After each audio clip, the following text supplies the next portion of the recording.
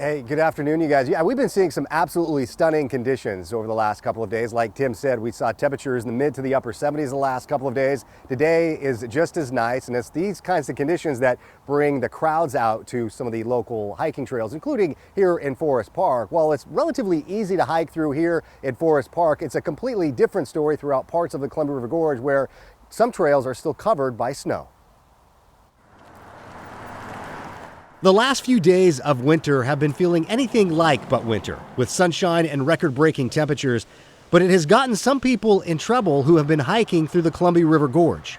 Slipping and sliding down loose dirt and grabbing onto thorny vines just to hold ourselves up. It was pretty touchy, and I'm impressed that the two hikers made it out the same way. Carl Worth is with Clackamas County Search and Rescue. He spent the weekend helping look for two women who got stuck on a cliff while hiking along Oneata Trailhead. We were able to get a general location, but not very precise. Gresham Police Department brought out their drones, and with the use of their drones, we were able to locate the two women. Those two women were able to eventually walk out on their own, but sadly, over the weekend, 63-year-old Tarina Chapman was found dead at the bottom of a cliff near Horsetail Falls. She was reported missing Friday night. The conditions in the gorge right now are completely different from the valley. There's still snow and ice on the ground, and the sun comes out. It gets really warm in the city. It's 70 degrees, 72 degrees. And you come out and take a hike up in the mountains, and people don't realize that it's still cold up in the mountains.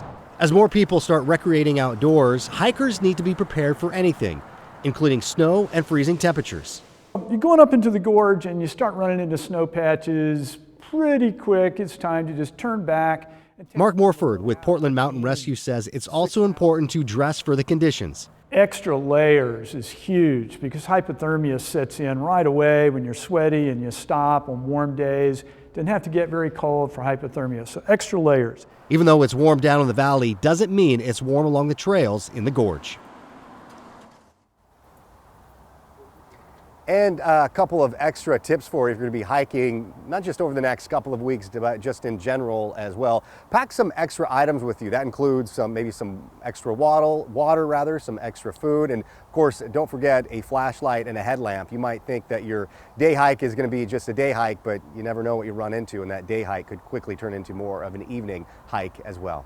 Tim and Deidre, back to you. All right, thanks so much, Joe. Well,